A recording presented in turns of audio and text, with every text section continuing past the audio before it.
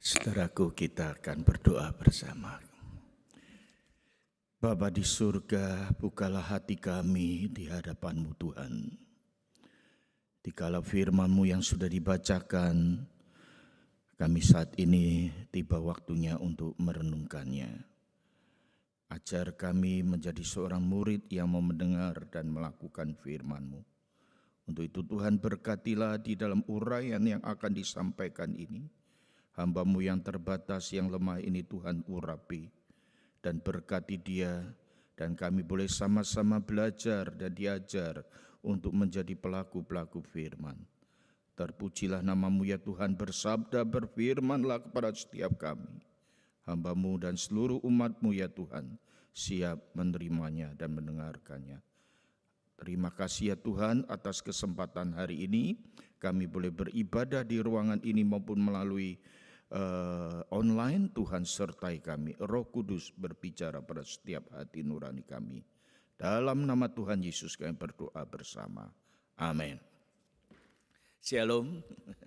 Senang sekali Bapak Ibu Saudara sekalian boleh bersama-sama hari ini kembali berbakti melalui kebaktian hari Minggu, dan sebentar akan menyaksikan baptisan Saudara Job, Surya Putra dan Citra Pangestu akan membawa putranya untuk boleh dibaptiskan sebelum mereka sekeluarga akan kembali ke Jakarta dalam beberapa hari yang akan datang. Dan juga nanti akan dilayankan perjamuan kudus, waktu yang sangat padat ini mari kita gunakan dengan baik dan cermat. Mari kita buka Alkitab yang tadi saudara sudah dengarkan dalam pembacaannya, saudara-saudara. Saudara, hari ini tema kita berbicara tentang tinggal di dalam Dia, di dalam Kristus, saudara. Saudara, kalau kita memperhatikan Yohanes pasal 15 ayat 1 hingga ke 10 ini, saudara, saya teringat sekali beberapa hari yang lalu ketika kami berkunjung ke anak cucu, saudara. Saya memperhatikan tahap-tahap dari cucu yang masih sangat kecil sekali, memasuki usia 1,5 tahun dan mau masuk usia 2 tahun ini sedang belajar berjalan, saudara. Nah, ketika cucu yang kedua ini belajar berjalan, bahkan dia bergegas ingin berlari, saudara, dengan bertitah-titah, saya sengaja setiap ada waktu mengajak dia untuk berlatih berjalan, saudara.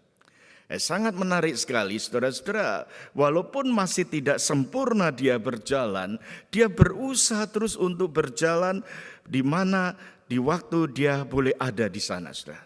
Saya ada di depannya, saudara-saudara. Anak ini, saudara-saudara, tidak menyerah. Ketika jatuh, dia bangun lagi, dia mau jalan lagi, dan dia mau jalan lagi. Saya memperhatikan satu ketika dalam satu tahapan, saudara. Ketika tangan saya terbuka dan saya berkata, mau lagi, dia kata, dia tundukkan kepala, dia berusaha lari. Dengan begitu goncangannya, saya merasa agak khawatir, saudara. Tangan saya merangkul demikian, mata saya memandang dia, dan dia memandang saya, dan dia melihat tangan saya, dan pada waktu yang sama, saudara-saudara, dia merangkul saya, merangkul di kaki saya, karena dia masih kecil. Saudara-saudara, ketika selesai itu saya bertanya lagi, mau lagi? Dia kata mau lagi. Dan berkali-kali bahkan seterusnya dan selanjutnya, saudara. Saudara-saudaraku yang dikasih Tuhan, demikianlah hidup kita hari ini, saudara-saudara. Gambaran hidup saudara dan saya, saudara-saudara, tidak ada yang lebih penting di masa krisis ini, saudara. Kesulitan yang begitu berat.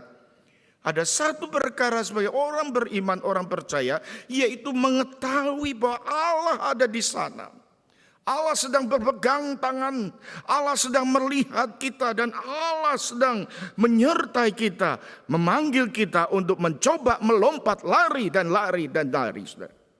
Saudaraku dikasih Tuhan, Yohanes pasal yang ke-15 ini tidak lepas dari pasal sebelumnya, yaitu pasal 13 sampai pasal 17.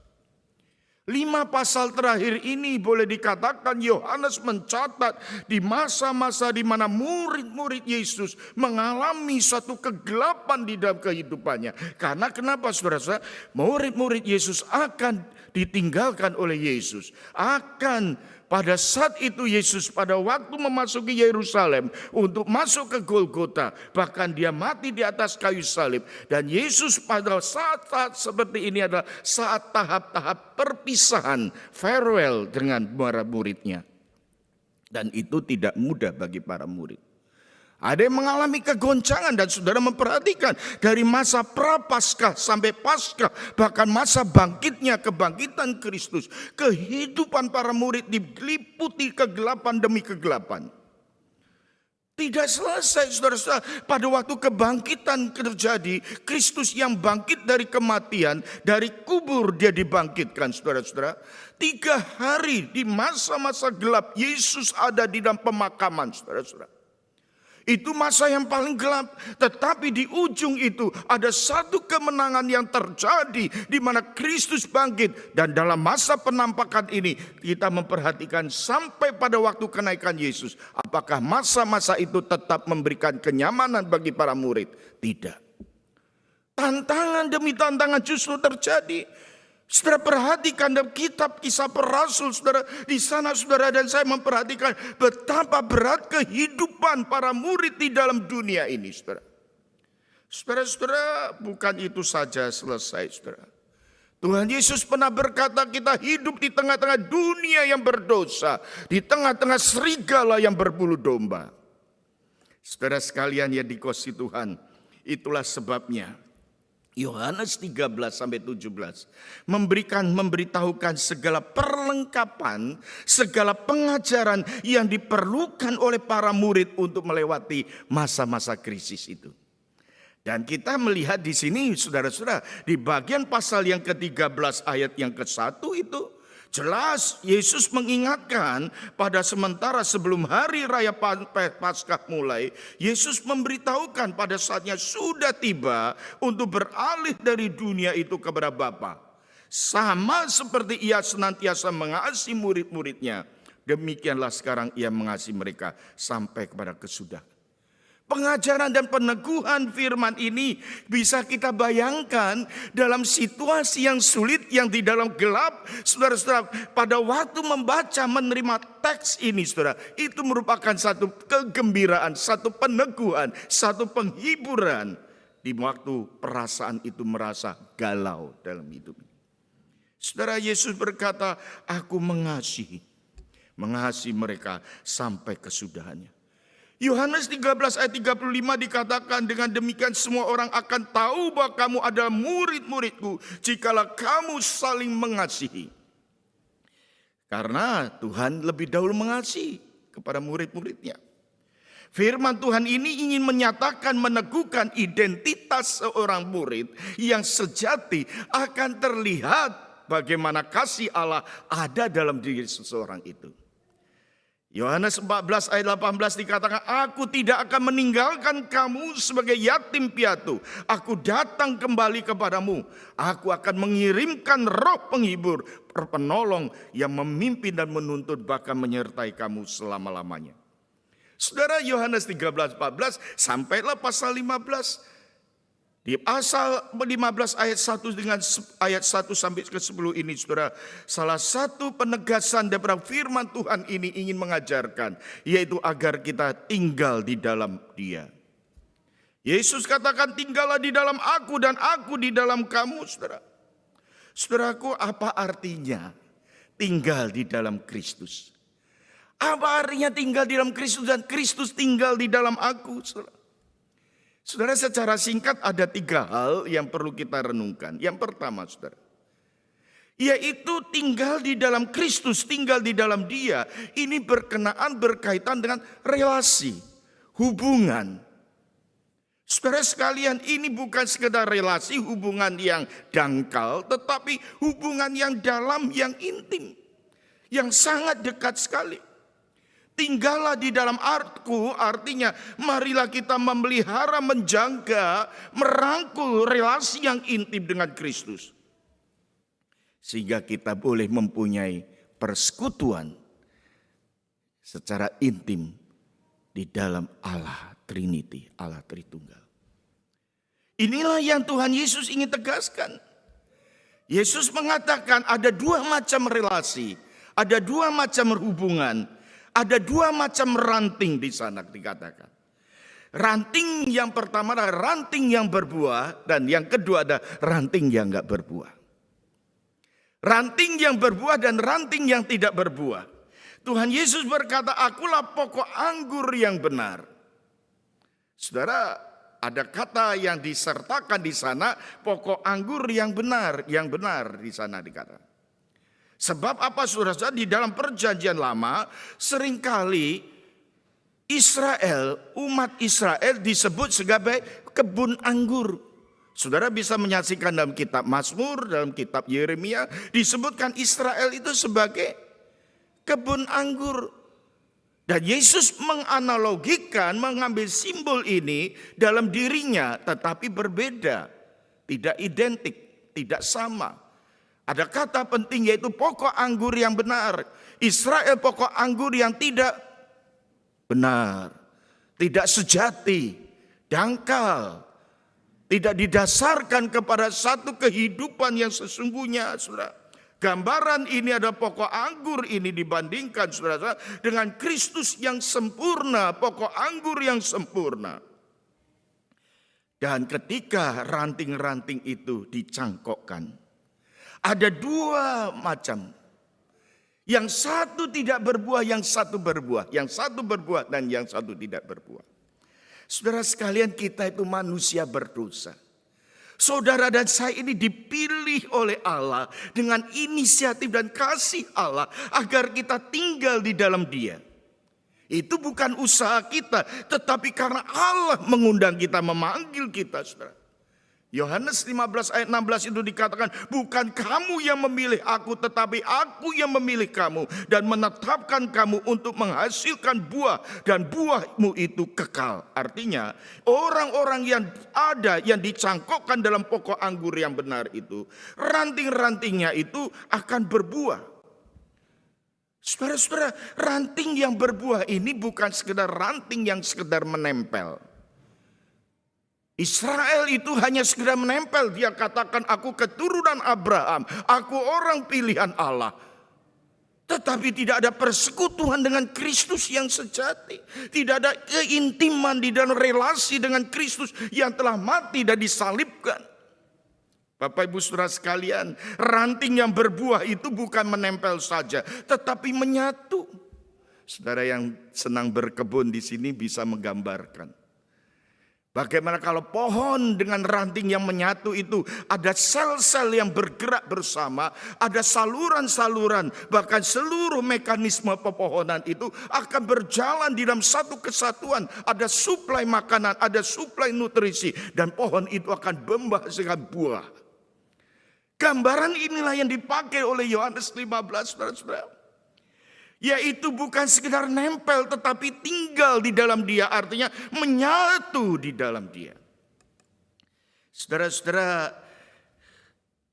sangat-sangat dipahami oleh Israel tentang gambaran ini. Mereka mengerti pada zaman itu, saudara-saudara. Tetapi pertanyaannya, apakah sungguh-sungguh mereka telah menerima dan hidup dalam relasi yang intim? Saudaraku dikasih Tuhan, saat ini banyak begitu orang Kristen yang mengaku Kristen, saudara. Tetapi perlu kita renungkan, di sini digambarkan ada dua macam, yang sekedar menempel atau yang menyatu sungguh. Saudara, selama lockdown ini 2 tahun belakangan ini, saya yakin saudara banyak mengikuti, mungkin sudah ribuan khotbah-khotbah melalui channel-channel YouTube. Tetapi coba renungkan. Mari kita renungkan dengan jujur, saudara-saudara. Kita dalam sikap posisi kita sebagai penonton atau sebagai seorang yang menghidupi firman itu, yang menyatu dengan firman itu, yang kita telah terima, yang telah kita pikirkan, yang mengendap dalam hidup kita dan menghasilkan buah, saudara-saudara. Saudara, kalau hanya sekedar nonton itu nempel saja. Tidak ada kesatuan, tidak ada relasi yang intim, saudara-saudara. Dan tidak akan mungkin mengalami perubahan hidup. Kekristenan kita akan menjadi dangkal, tidak berbeda dengan ahli Taurat itu orang Farisi yang tahu firman Tuhan, hanya tahu saja, tetapi tidak pernah masuk dalam dirinya, merasuk di dalamnya. Ada sel-sel kehidupan daripada Kristus yang menghidupkan di dalam hidup kita. Saudara sekalian, marilah jemaatku yang dikasihi Tuhan.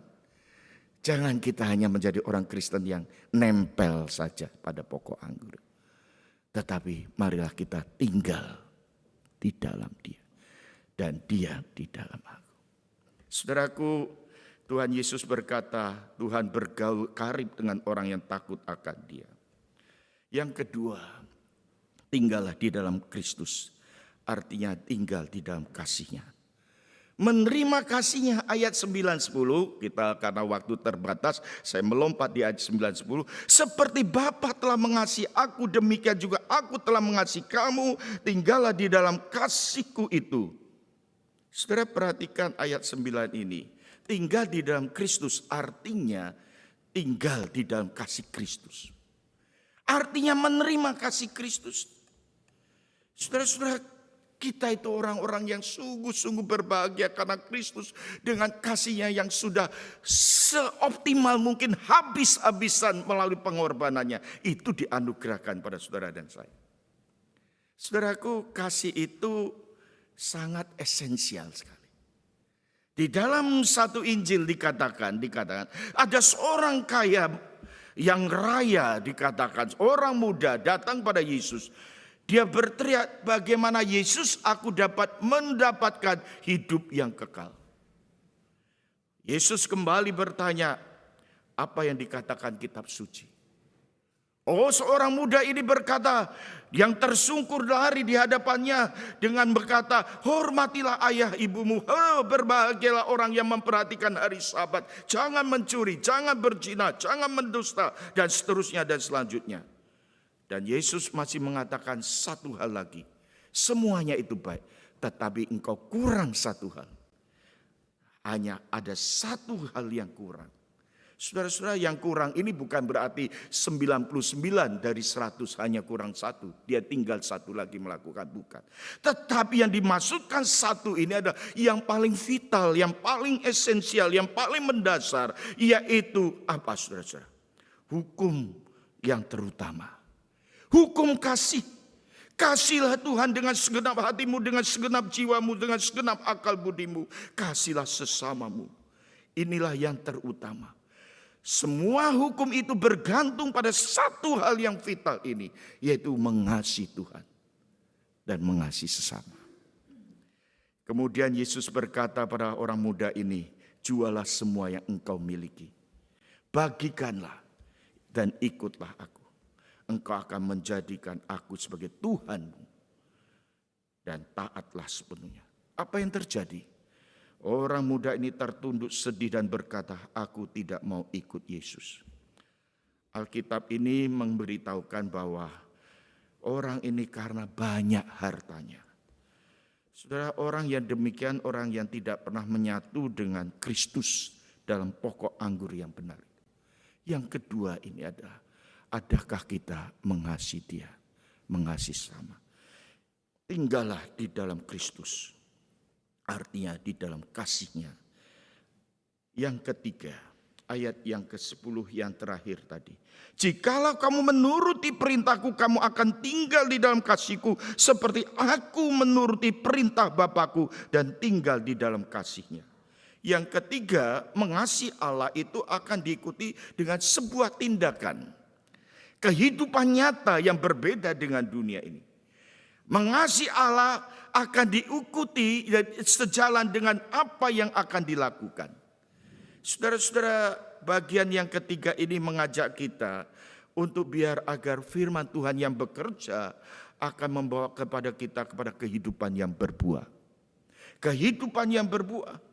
Setiap ranting yang tidak berbuah akan dipotongnya, dan setiap ranting yang berbuah akan dibersihkannya supaya mendorong ranting itu untuk bertumbuh lebih lanjut, lebih sehat. Saudara. Jadi saudara-saudara, ketika kita ada di masa pandemik hari ini, Saudara dan saya berada dalam masa-masa kesulitan, itu ada satu masa yang Tuhan sengaja biarkan, izinkan saudara-saudara. Melalui Yohanes 15 ini supaya apa saudara? Supaya kita dibersihkan, dimurnikan. Saudara-saudara, untuk memurnikan iman kita.